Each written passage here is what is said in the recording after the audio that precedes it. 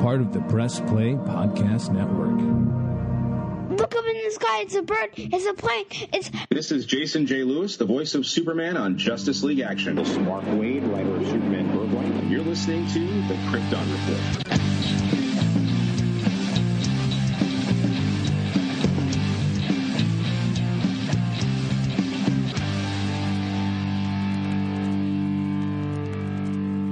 June is fast approaching, and that is not only Superman Day, but it's also the 10th anniversary of Man of Steel.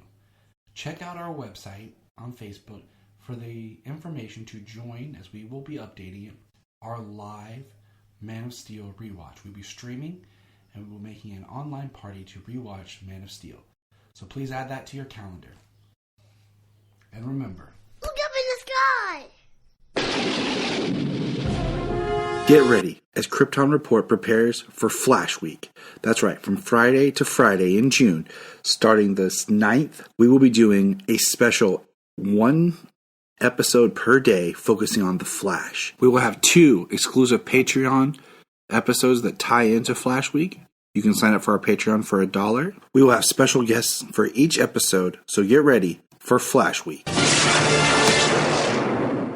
Welcome to the Krypton Report. I am your host, Tyler, Superman of Blue, the Man of Tomorrow. And with me is James, the Man of Steel, the Man in Red, not Santa Claus, not Shazam, but Superman in Red. Mr. Cole, what's up, dude? The best man in red. Yeah, the best Man in Red, because he's like a wedding. A red wedding? Ooh, what's going to be references we can make? Why all of a sudden, I decided to record my Crypto starts barking. So I'm going to go make sure Crypto is covered. The dog is crazy. We just let him out. Hold on. And we're back. Crypto was crazy. Kids are taking care of him. But hey, that's life here in the house. And that's what happens every day. Welcome to New Krypton. That's how it feels.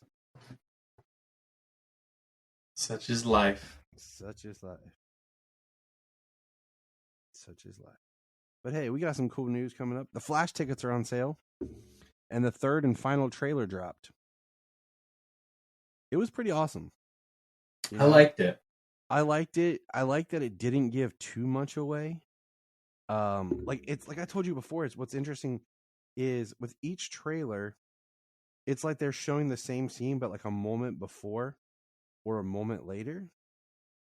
So you're not exactly, it's like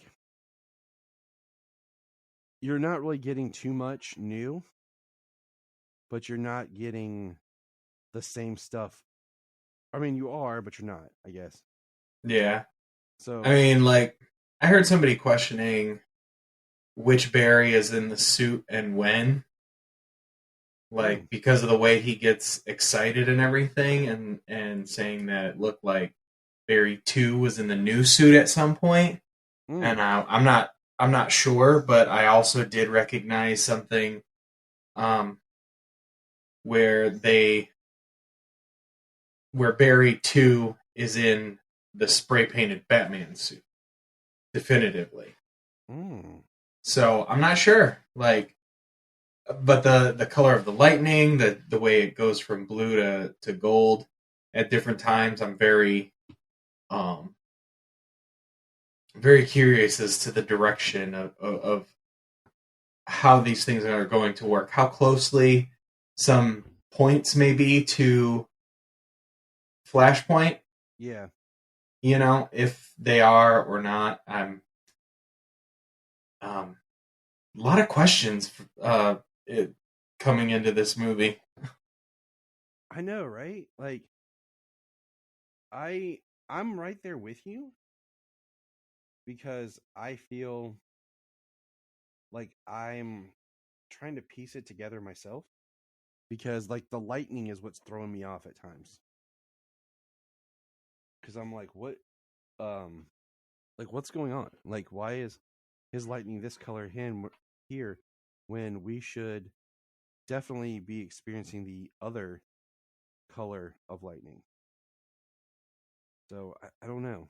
It's weird to me.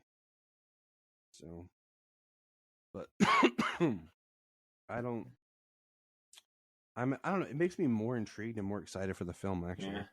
Yeah, I'm not like so much trying to figure out the movie before I see it, as it just does raise a lot of questions that I'm waiting to see how they are answered. You know, because I like to see what the movie gives me, not go into the movie expecting something and then be disappointed because it didn't match up with what I thought it should be, or what I thought they were telling me it was going to be. I totally agree. I just want to make sure that whatever the movie's communicating to me makes sense. So that's one of our biggest just things, period, is, does the movie make sense? I mean, from all the speculation out there, it probably is going to make a great deal of sense. You think? Man, that's how it sounds. It's crazy to me how many of these screeners that they're doing. You know? Yeah. That is kind of it's kind of just blown my mind, in all honesty, because I'm like, that is a lot of information. Like, that's a lot of people that you're banking on not to say anything. Yeah, spoil your movie. You know, so it really kind of blows my mind away. So, yeah. But I mean, I hope, since they're publicizing how many, that they're really confident in the movie. And I mean, that makes me more excited to see it. I mean, yeah. I mean, they have to be at the point where they're like, well, to show it that much and to have so many people, you know, saying that it's great without any specifics. I mean, that's kind of uplifting. It is. Had a very torrid past with Warner Brothers and DC over the last 10 years. Yeah. We've all had So, our battles. It's refreshing to kind of feel like you're going to be seeing a movie that most people are going to enjoy, that we're not going to get just trash talk across the board for nitpicky reasons. It's true. Excuse me. I'm still getting through this crap. All right. And then, of course, the Flash series has ended. The Arrowverse is over. And it's kind of I don't know. I'm playing catch up. Yeah. I know you told me just to watch the last 5, but I'm watching all of them. I'll be honest, I skipped the Dreamer one. So, no, I'm looking forward to seeing that one. I'm not, because Barry's not even in it. Oh, well, okay, now that's a little disappointing. That's what I'm saying. Like, there's the whole 3-episode stretch where Barry's not even there. And that's when I was like, after watching one of those, I was like, no, I'm not doing this. Like, and that's when I was just like, go and just a 3-episode stretch on the final season of The Flash, where the Flash isn't there? I know there's at least 2 episodes where he's not there, and then I think there's one where he comes back and he's not really the Flash. It's like Barry doing nothing. It's a really weird episode. So like, I was just like really upset. Like, okay, why are you doing this to me? I don't know. It's a CW final season problem for the Arrowverse, I guess. So the Arrowverse is over. And how do you feel? I don't know. Maybe they just couldn't, fall back on the dramatic irony because it's the final season. They couldn't figure out how to write it. There's a lot of speculation we could throw in there. So, well, I'm not done yet. So, I'm not done yet with the Flash final season. I'm lucky to get I get to watch maybe one episode at a time, and I split it up between like breaks at work and stuff. So It's tough. it is. Did you get a chance to do I'm giving it its due. It's its final season. Did you get a chance to do your Rank the Arrowverse?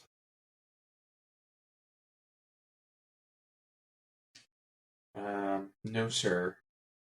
I apologize. We'll do that next time. So, Action Comics 1055. We're catching up. What we got, James? Take us there, Sketch. 1055 is pretty new. Take us there. Cyborg Superman.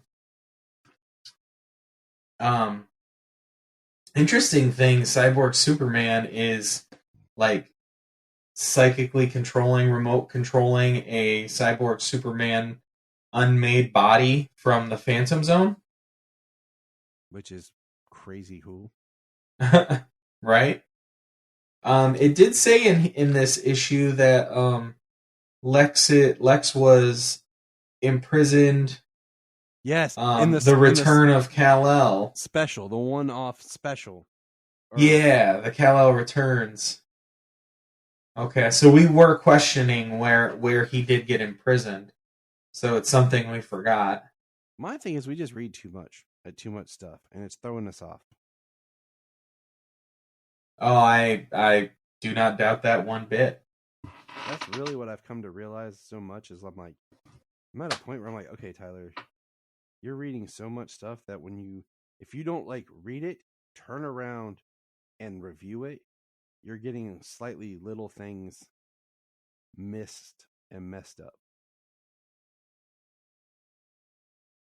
Well, I mean, just how many different eras you're reading, as well as, like, I'm reading books outside of DC.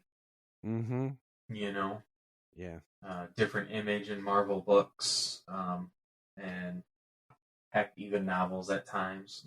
But yeah, so. But yeah, tell us about it. So they're trying to find Metallo's sister. I like the opening though. We've got the fighting on the street in A-Town. We got Keenan, Connor, Natalie, and John all out here destroying all these unmade. They're all dead. They're all robotic. There's nothing living about them, so they're able to kind of destroy them. Then we get to talk about some of the flashback. We get to see some old school Superman in the black suit fighting alongside Connor. They go to the fortress and they call on the Eradicator. I thought that was cool, and I also think it's interesting how it just seems like if you bring back one character from the Death of Superman, you have to bring back all of them. I mean, they really are in this. And this whole thing, like, there's been a lot coming back after the 30th anniversary of the death. Yeah. The Doombreaker story, this with having Connor so closely tied in, and him getting his own ongoing book. And Steel being very prominent as well. Mm-hmm. So everybody's fighting. They use the Eradicator. What's really funny here is I sense in this chamber the presence of a sullied clone and your own half-Terran progeny. Is it your wish that these abominations be culled as is fitting? I know, and he's like, no.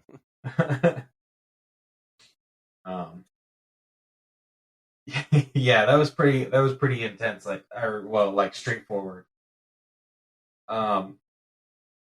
They use the Eradicator to find the body. They believe, they use the blood of Kal-El to create the body that Cyborg Superman is controlling. You get John talking to Otho about his childhood, kind of how he became who he was, how he felt powerful, and how he got there. And Corbin actually is having a civil discussion about being good with these children. Mm-hmm. So it's interesting, because that would never happen with Superman, but having these young members of the family kind of reaching a character like this. Oh, I know. I found it just interesting, period. Like, so. Yeah, Johnson's run on action has been extremely good. Extremely well done. I feel like every writer who comes on new to any of these major title superhero books, they all pick a villain that they want to redeem. Like how Tom King worked on trying to do the whole Clayface thing in Detective when Rebirth started. Right. So I feel like they are all like, everybody just pick a villain. Let's see if we can redeem them. Well, there's so many, and they've been around for so long. And none of these things ever have to stick true. I mean, it's with comics. Yeah. So they come face to face with Henshaw and a weaponized Tracy. Johnny, I can't control my body. Please help me. And she's a weapon. She's an unmade weapon against Superman, being controlled by Cyborg. And that is the end of the action bit. Mm-hmm. So our next story, it's not entirely too much happens. They find out that she has that Glenna has John, and that she wants Superman to save her throne for her. Yeah, that one was kind of like, okay. And a new revelation that she's the one who killed her family and took over. Like, they want her done because she is the full evil. Yeah. I was thinking that it was her family that maybe was evil and they were trying to keep, and maybe she was the last person and she wanted to keep the throne. But no, she took it. She killed her family and took the throne. And it seems like the people are objecting to that. Yeah. Yeah. So, the revelation that John kept the Doombreaker bone, and it's what drew him. But the most interesting bit of the story at the moment was John's abduction and them finding out the truth there.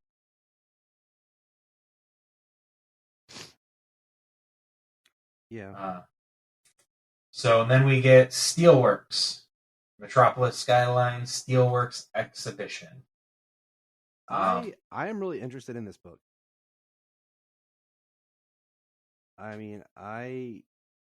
These little backups are really getting me hyped for this book.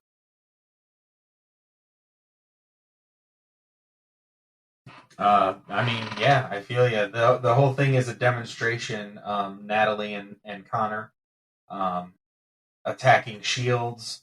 John Henry Irons talking about the future, about being a solution and, not a corporation. And he reveals that the demonstration was in the building that he was having a meeting in, and they didn't feel a thing. Yeah, that's what I love. They're like, oh, this CGI And he's like, what CGI? Yeah. Yep, it was all happening right outside. He's like, what are you talking about, CGI? And so boom. I think something that might be a problem future in this in the future of this storyline is the fact that he's got all these AI controlled robots. Which seems like, oh, that again. Okay. You know, like, I don't know. It just seems like that's something we've seen a lot. Yeah. I mean, it's like the Iron Legion protocol. It's like Ultron. It's, you know, just out there doing crowd control and protecting people. So. But we get the end, and, you know, I think we called it on who it was, but I wasn't. They made it seem ominous, and I'm not sure why. Yeah. Because it was Mr. Terrific at the end of the last chapter. Yeah, they did make it ominous, as if it's like... And I guess, I don't know, my thing is, like, I like that Steel's got his own steelworks and everything, but then at the same time, after a while, you're just kind of like, everybody has their own business. Everybody has their own corporation. Like, you're just kind of like, okay, who doesn't have their own, you know, corporation or business, or is a science tech person? Right. If it was that easy to develop the new greatest corporation that helps people and develop the newest technologies. I'm just like, I don't know, it just gets old after a while, because I'm like, everybody's a genius. How about when someone who's an idiot becomes a superhero? What do they have to go through to become better, you know? Yeah. Just let me become a superhero, I'll tell you. And be like, we will wait for your memoirs. Exactly. Because I feel like they even try that sometimes with, like, Ant-Man, but they're still like, but he's still smart. We can't go too far. Can't make him too much of a everyman. He still has to be extremely smart. Oh, of course. But yeah, so I really like this book. Action's been great. I'm a little bummed because I'm not as thrilled by the Jurgens story as I was hoping to be. I was really hoping to be like just head over heels excited with the fact that he's back and he's doing, you know, the story at the time point when we were really excited for it to happen, and we all really loved that book, you know, and the fact that we're just kind of like, okay. It was the shortest talking point, you know, in that book. I mean, it really felt like there was nothing to really, you know, talk about in that issue. Yeah. Well, I mean, it's a handful of pages. You know what I'm saying? It is really only a third of what a single issue would be. So you get a slow chunk every now and again when that's the case. Now, did you read Superman Lost #2? I did. Actually, last time I read it, I told you I didn't, and I did. My notes are, you know, the biggest things with Clark being on the floor and like holding his, like, and like we see instances of him holding the breath, and it's like he was gone for like 20 years, and I'm like, so this is supposed to be like the Odyssey for Superman, and I don't know. I don't not like it, but at the same time, I'm not really thrilled by where this is going. Like him lost, and it's just kind of this, hey, this is what happened story. I don't know. How are you feeling on the book? I mean, the concept that he has, that he's lived, you know, 20 years without Lois, that his world, his perception of time. I mean, 20 years would be a lot, I think. I do think the like holding your breath. I mean, if you had to do that quite a lot, it would be second habit, it would just be habit to do it. There's some interesting things that draw me in, but also like he's on this planet and he can't really hardly communicate with people. Sees lots of different things and a farm, but it's just it was still world building in this issue, Yeah. And world building in the fact that he's at the end of the issue he leaves that planet, so it's like spent a lot of time with people there, and then nothing. Yeah. I don't think there was like something he was supposed to ultimately learn in this issue, something that was going to help him understand what was going on, because there wasn't. It was weird. So, all right, what else? That's pretty much it for it. Okay, moving on. Yeah, it was a world building issue, and he leaves the world. So, see where it goes in issue 3. I guess so. I mean, the concept of the Odyssey for Superman, is interesting. I want to see how it parallels. But as the Odyssey, it's a long journey, and we're gonna see. It's still got a long way to go. It's got 10 more issues, and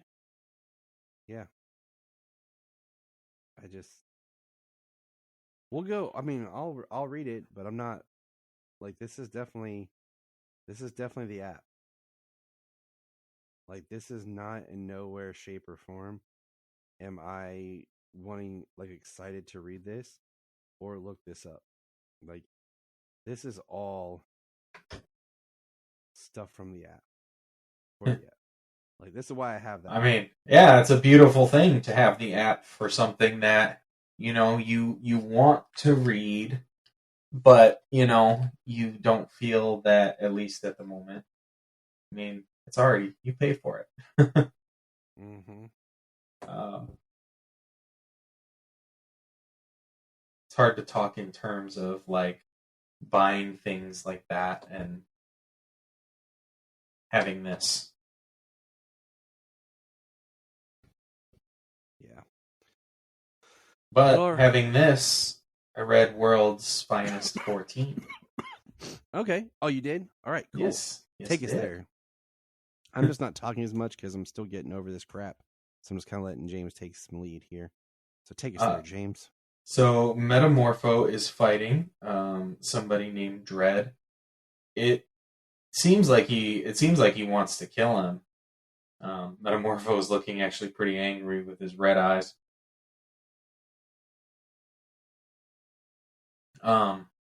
We've got a discussion between Bruce and Superman about publishing the article.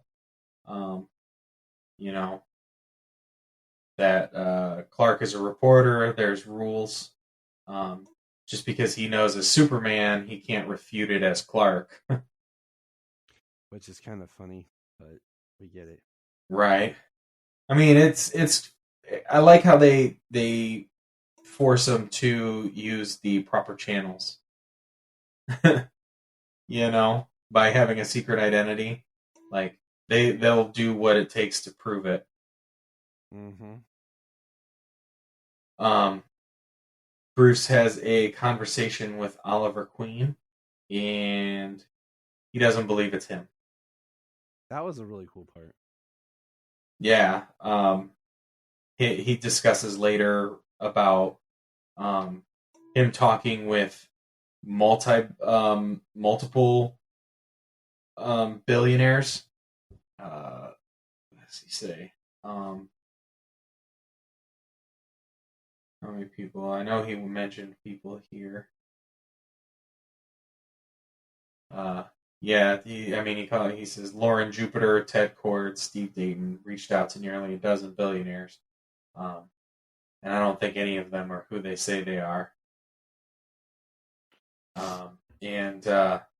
Clark views Simon Stagg's body and realizes that it's not Stagg who's dead in the casket. So they go about setting, finding out who framed Mason, potentially.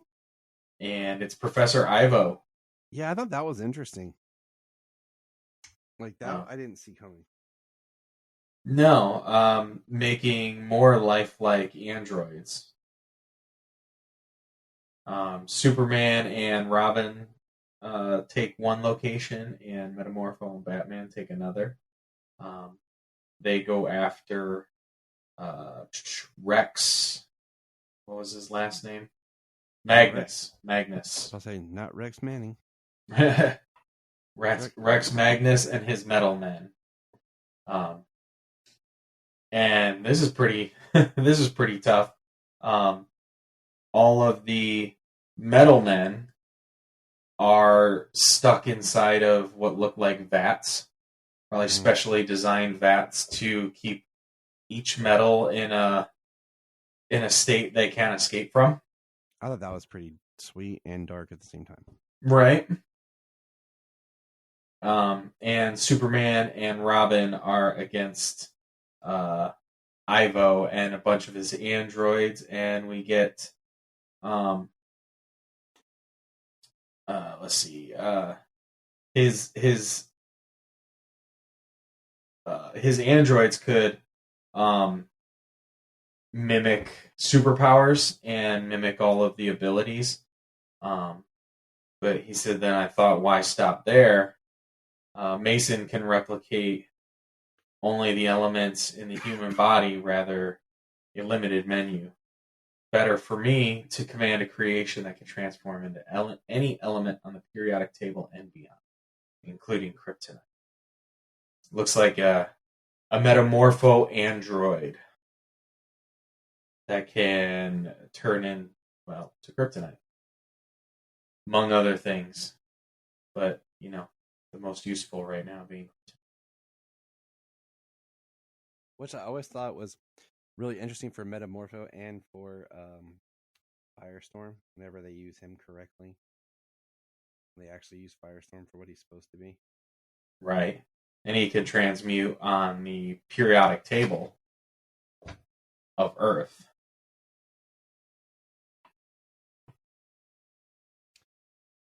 Any other excuse me, any other comics we got?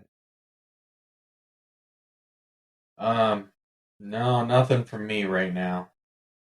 I did read the Deceased run, and that finished up.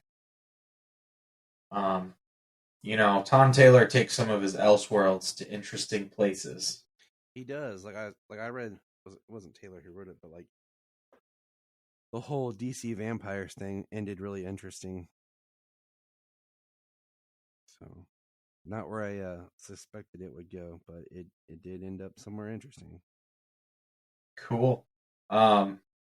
Yeah, some things, some characters. So you know how in the first year, Hal was killed and Canary became the Green Canary because she was a Green Lantern. Yeah.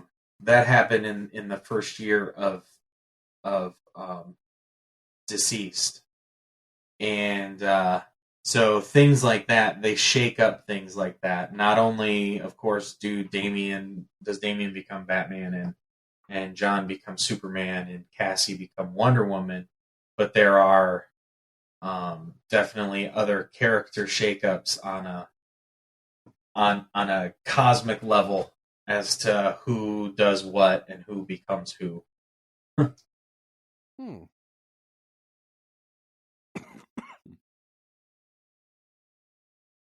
The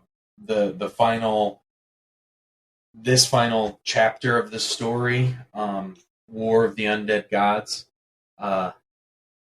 the narrator of the whole thing, because they've all kind of got something like that, like somebody who's talking for that portion of the deceased universe. The narrator of that kind of like grouping is Alfred. And it takes you somewhere interesting, and I think you should check it out. All right.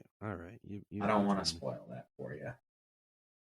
So what else we got today is we are finally going to kick off our look at the Ruby Spears, forgotten for the most part, Superman cartoon. You know what my biggest note for this is? What? You know what? Go ahead. I'll get to that when you're ready. No, what you got? I said my biggest note for the Ruby Spears cartoon was, I swear they took those biker guys and they took those character models and just changed them for the biker mice from Mars. Yeah, it kind of looks like it, doesn't it?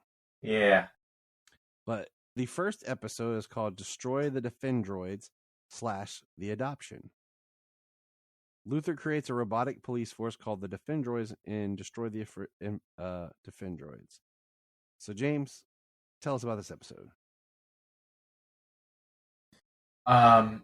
So Luthor creates some robots to try to make Superman useless. Make Superman appear useless. They arrive at crimes and disasters faster than Superman to save the day. The reason being, Lex Luthor is causing all of the accidents and disasters and knows where his robots should be and when. Yep. So they're able to be there already before Superman gets the chance to show up. I mean, clearly the route the episode was going to take. But it is interesting how he tries to steal $1 billion in gold off of his own train with his own droids. Like he publicizes the droids as being these saviors better than Superman. Enough for the Daily Planet to print Superman quits. Also, Lex Luthor will believe that he quit. It's just kind of funny. But yeah, he popularizes his robots, and they're in the newspapers and everything. But yet he uses them to kidnap Jimmy and Lois, shoot down their helicopter, and steal a train. It's kind of funny. Yeah. But in the end, he's like, you can't prove it. So it was a programming malfunction, is how it was. So yeah, it's Luthor. What do we expect? Yeah, I mean it's the crime, it's the crime angle. The that was before the LexCorp. Luthor is very much more like the Gene Hackman. Yeah. Greatest criminal mind. Now, did the backup episode play for you? No.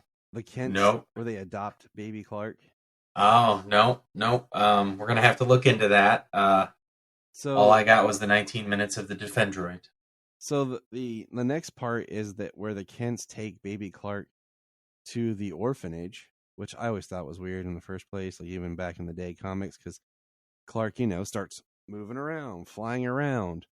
There's even one part where all these other people are like coming to adopt him, and he keeps doing weird stuff, and they're like, "Oh, we can't get no one to adopt him," and the Kents try to, but they kind of talk him out of it because they're old, they're too old. Can't you see that you're old? And then at one point, baby Clark opens the what do you call it? The window, and he flies out, and Mom and Pa wake up in the middle of the morning, and there is the baby right there with them. And then they eventually decide to adopt him. It's only like a couple of minutes long, but it's kind of cute. But at the same time, like, I've never been a fan of like, we're going to take him to an orphanage and then we'll go back and adopt him, because that just doesn't make a whole lot of sense, but it is what it is. So, all right. So the big one while we're here is, of course, Superman and Lois, episode 9, The Dress. Now, this episode was pretty heavy. I like watched this with Jania, and we had interesting discussions about it, about the, what do you call it, the just the thematic material about what Lois is going to, because we learned that she may be having a double mastectomy. And I felt like I was like, did we miss something? Like, was this mentioned before? Because I felt like it was kind of just dropped on us. Like, I don't know if I missed it in a preview, like that this was an option, or this was going to happen, or if they were trying to shock us with it. I don't know. I just really felt like it kind of. But it says, the description is Superman and John Henry clash over how to handle Bruno Mannheim. Lois worries over an upcoming treatment and confides in Lana about her earlier courtship with Clark. So, yeah. The flashback portions of the episode were sweet. I like their relationship. I like those flashbacks of their relationship back in Metropolis. Yeah, because we don't get any of that. No, it made for the greatest episode of last season. Right? It was last season. Yep. Yeah. No, it was the first season. Oh yeah, it was the first season. Made for the greatest episode of the first season. You see that Clark the first time he ever buys a dress for someone, it's for Lois, and Lois talks about how she felt so great in it and all this, and I love how he confided into Lana about how he bought it by selling his baseball card collection, and she knew that was important to him. Yeah, she's like, "You're Cal Ripken rookie." He's like, "Yep." So I like that part too. Just it reinforcing that their friendship, and everything, and but then Lois wants to get rid of it because they're giving clothes away to people, like the clothes drive and everything in town, and she talks about not feeling like a woman and really feeling like she can ever wear it again and everything, and it was pretty heavy. And Clark said a lot of good things, and it was emotional. And like I said, me and Jania had conversations about things. So it definitely was a nice conversational starter. Thanks, Superman and Lois. Right.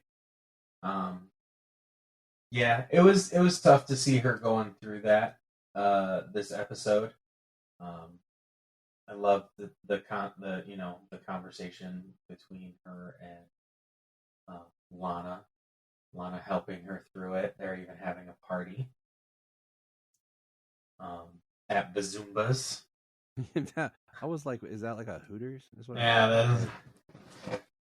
And then she described Hooters, so I was like, yeah, it's Hooters. I was like, because there used to be a place that was similar to that, like in Columbus, called like the Twisted Kilt or something. It was kind of like a Hooters ass place that, like, a lot of my friends were like totally about going to. Yeah. And I was like, yeah, it's okay. You guys. I think there was a place like that over up here. I don't know if it's still open.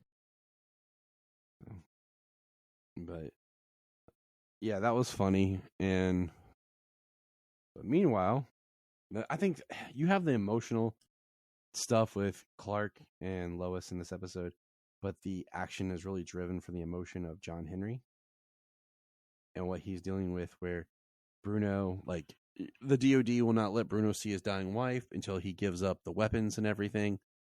John Henry takes the lead. Clark tries to kind of convince Bruno, let me do this, but John kind of goes behind Clark's back, with getting a raid on Bruno's house, when we find out that Bruno sent some thugs to Smallville after John Henry. And then meanwhile, the teenagers are deciding that they're going to sneak Nat and Mateo time to see each other. So I'm like, okay. Yeah. Them bumping heads with each other, like, she was just there in Smallville when those guys showed up. Yeah. So to kind of like go at her dad the way she does, like, he did send those people. I mean, it's all pretty bad. It's heavily emotionally driven. Bruno Mannheim made it personal for him, threatening to kill his family, and then sending people to Smallville. But I mean, it was a deep episode. It was a heavy episode. My thought is, you're sending people to Smallville, Bruno, like the people that you just literally were up against. Like, no one's going to figure that out. Like, what are you thinking, dude? Right? Like, people were recording them on the phone, and they're known associates for Bruno Mannheim, and they're attacking somebody in a small town. So I was like, huh. But whatever. He's Bruno Mannheim. So yeah, he acts like he's untouchable. Which, I know that a lot of the story is everything he's done is like has been unprovable. How he's gotten his power. Mm-hmm. But he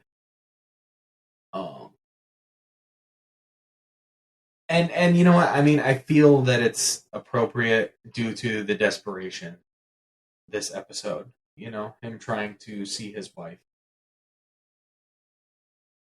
Like, he's acting like somebody who has nothing to lose. But he does. That's what's going to get him in the end. Yeah, he almost lost his son the way he was talking to him. Mm-hmm. That's what I'm saying. That's what's going to get him.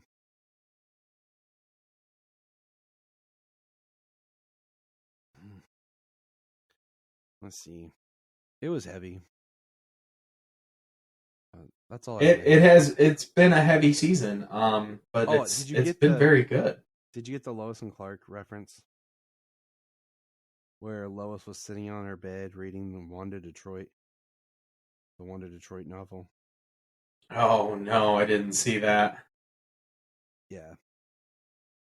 It was funny because it was just so fast, and I caught it because people are pointing it out online. I was like, oh, they pointed it out before I got a chance to actually watch the episode. Thanks, internet. Oh. Well, that's the book she's reading in the pilot of Lois and Clark, correct? No, it's the one she's the one she writes. It's the character she creates. Oh, okay. Season 4, when she gets her head injury, she thinks she is Wanda Detroit. Gotcha. And then in a previous episode, we didn't mention this. It was in my notes, and I totally missed it. But there is, behind when Superman's fighting Onomatopoeia, there is an Eckworth like tanker truck, which is a Superboy reference to the man that Lex Luthor basically becomes in season 2 of Superboy. Oh. Yeah, I had that, and then I just missed it. What happens when you're busy and you take notes, but then time goes by, and then you're like, wait, where are my notes? But it should be better now that what do you call it? School's out and everything. So I'm not spinning around in my wheels like a crazy person. But all right. Anything else, James? I'm exhausted tonight. I apologize, people, but my kids just ran me like a rat. Oh yeah, I had a long weekend and long couple of days at work. Yeah, I'm pretty worn myself, but I was excited to get on and talk tonight. So yeah, we had to get on and talk. It's been too long. So all right, everybody, thanks for joining us, me and James. We're gonna get out here and get some sleep because we're old. Good night, everybody. And remember, we're going to press pause and hear a few words from our other podcasts on Press Play Podcast Network. Hello, Brooks here with the Books with Brooks monthly book club podcast. Here's how Books with Brooks works. We read one book a month, and then we talk about it. Classics like Stephen King's The Shining, debut novels like We Are the Brennans by Tracy Lang, and tons of other compelling, life-changing stories, one book and 1 month at a time. So come read along with us, and then listen in.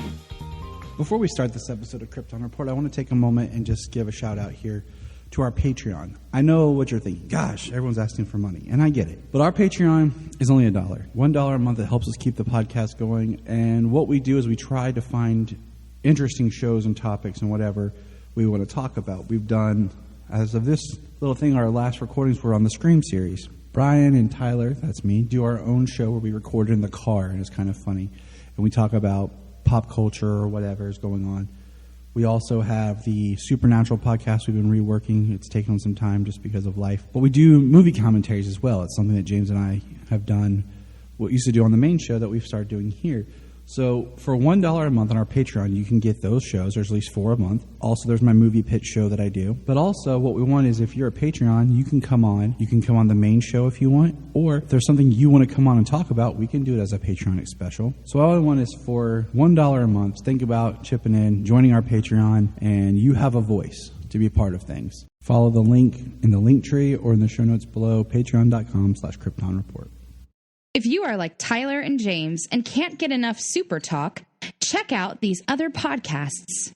Digging for Kryptonite, Supergirl Radio, The Last Sons of Krypton, the Superboy Legacy Podcast, All-Star Superfans, Superman the Animated Podcast, The Aspiring Kryptonians, Always Hold On to Smallville, The Geek of Steel, and Truth, Justice, and Hope. Remember to check out Krypton Report on all social media platforms.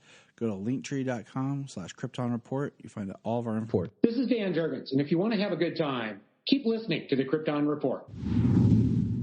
Look up in the sky. We just want to say if you've enjoyed this podcast, please check out other podcasts on the Press Play Podcast Network. $1 a month, you'll get extra special content that you don't get on the main show, like movie commentaries and whatever else comes out of our mouths. So check it out, patreon.com/Krypton.